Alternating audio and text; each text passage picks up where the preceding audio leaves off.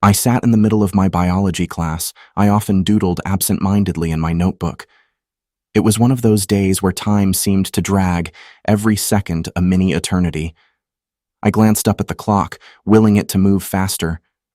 Sitting 2 rows ahead of me was Maya, the girl I've had a crush on since the start of the semester. She was perfect in every way, smart, kind, and with a smile that could light up the darkest room. My stomach fluttered every time she looked my way. Today, though, I had a different kind of fluttering in my stomach.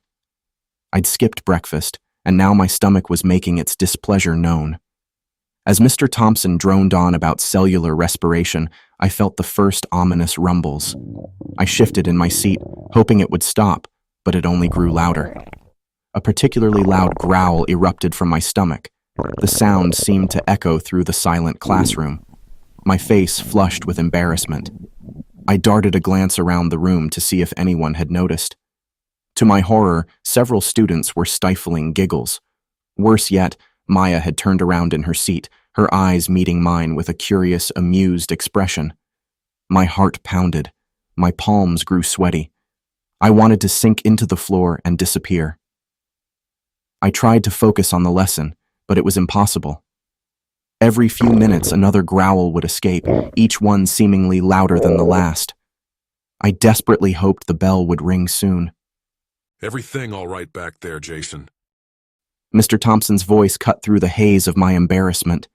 The entire class turned to look at him. Yeah, I mumbled, wishing I could vanish. Just a little hungry. Maya's eyes softened with understanding, and she gave me a small, reassuring smile before turning back to the front.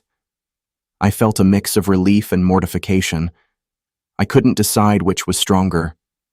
Finally, after what felt like an eternity, the bell rang. I hurried and gathered my things, eager to escape the classroom. I was almost at the door when I felt a light tap on my shoulder. I turned around to see Maya standing there, holding out a granola bar. Here, she said, her smile warm and genuine. for next time. I took the granola bar, my heart racing for a different reason now. Thanks, I managed to say, my voice barely above a whisper. No problem. Maya replied, giving me a wink before heading off to her next class. As I watched her go, I felt a surge of newfound confidence. Maybe, just maybe, things weren't as bad as they seemed.